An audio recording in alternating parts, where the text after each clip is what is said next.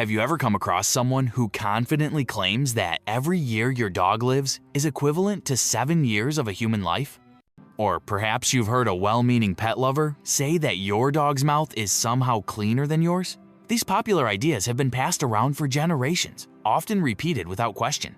They sound convincing, even scientific, but when you begin to examine them a little more closely, the truth is far more fascinating, and in some cases, quite different from what you've been told.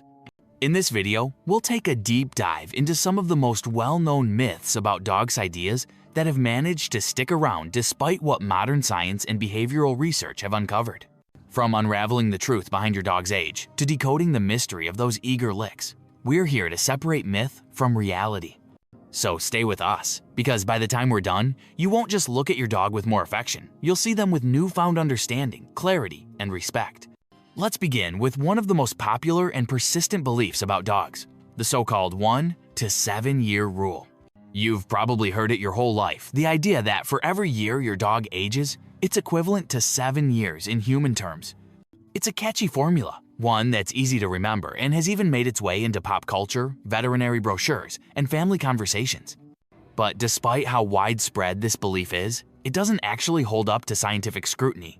In truth, this rule was never designed to be an accurate measurement. It was more of a rough estimation meant to give people a sense of how fast dogs age relative to us, but biology, as always, is far more complex than a simple equation.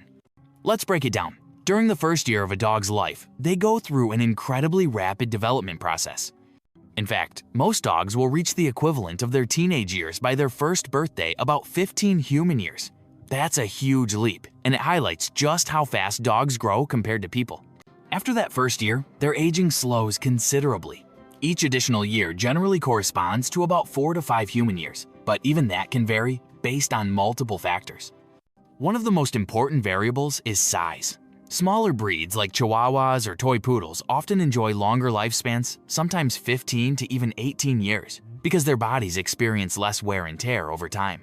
On the other hand, large and giant breeds like Great Danes or St. Bernards tend to age much faster and may only live 7 to 10 years. Genetics, diet, activity levels, and veterinary care also play huge roles in how a dog ages.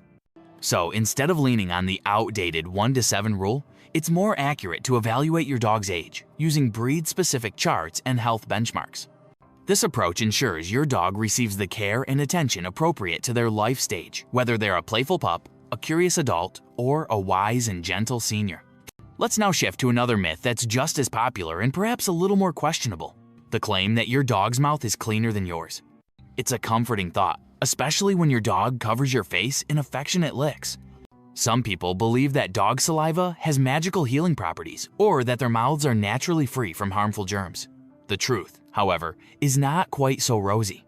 Dog saliva does contain certain enzymes with antibacterial effects. This is why some wounds might appear to heal quickly after being licked. But this doesn't make your dog's mouth a sterile environment. Far from it. Studies have found that dogs can carry over 600 different types of bacteria in their mouths. While many of these bacteria are harmless to the dog, they're not necessarily harmless to humans. In rare instances, certain bacteria like Capnocytophaga canamorsis, which live in the mouths of healthy dogs and cats, can cause serious infections in people, especially those with compromised immune systems. What's more, dogs explore the world with their mouths. They sniff, lick, chew, and taste just about everything garbage: dirty floors, stagnant water, their own fur, and, yes, other animals.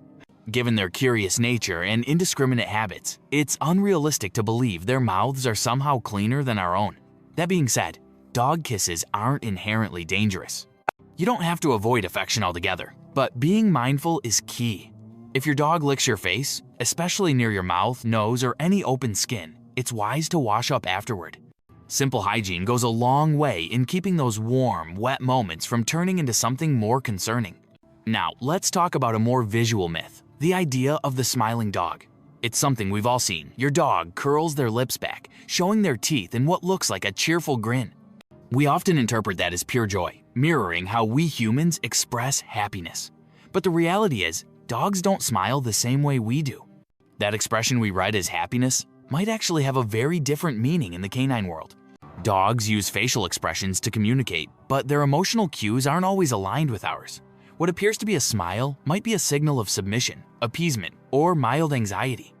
Animal behaviorists have noted that some dogs adopt this submissive grin to show they're non-threatening, especially when meeting new people or during stressful interactions.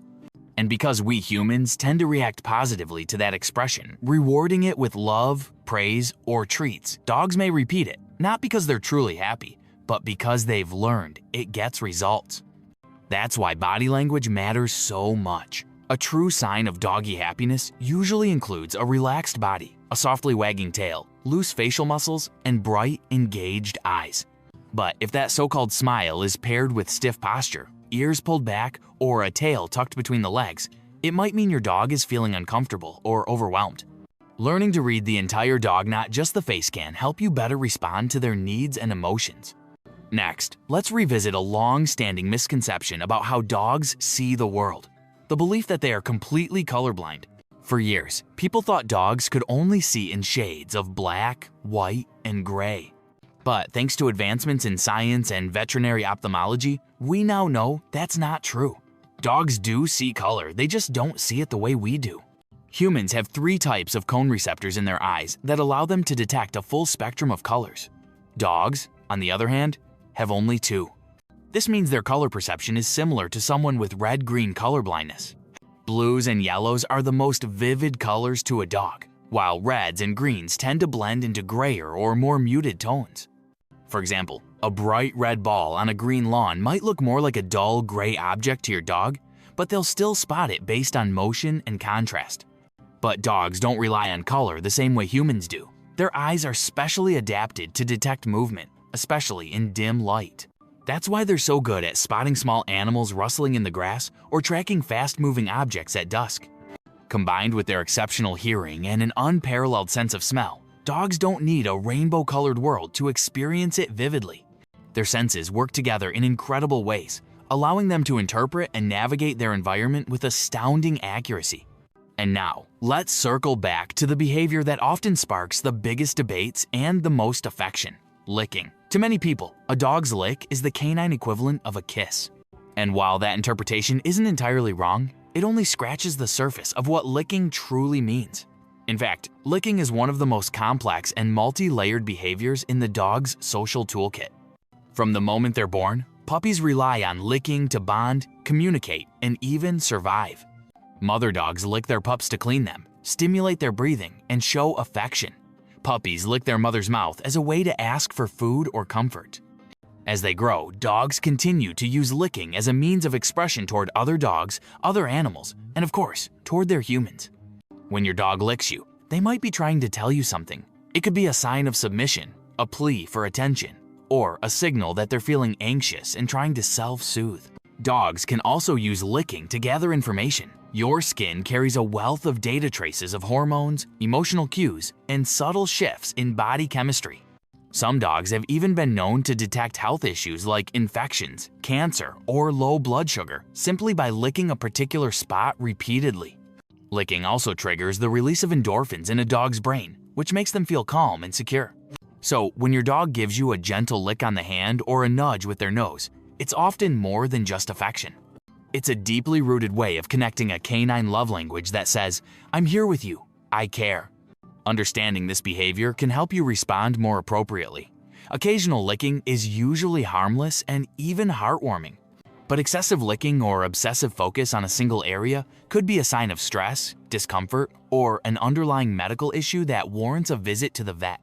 Either way, every lick tells a story, and learning to read that story deepens the bond between you and your furry friend. At the end of the day, dogs are far more intuitive and emotionally complex than we often realize. Their behaviors aren't random, they're filled with meaning, memory, and intent. And when we take the time to decode those signals, we don't just become better pet owners, we become better companions. If you found this enlightening or helpful, consider sharing it with a fellow dog lover.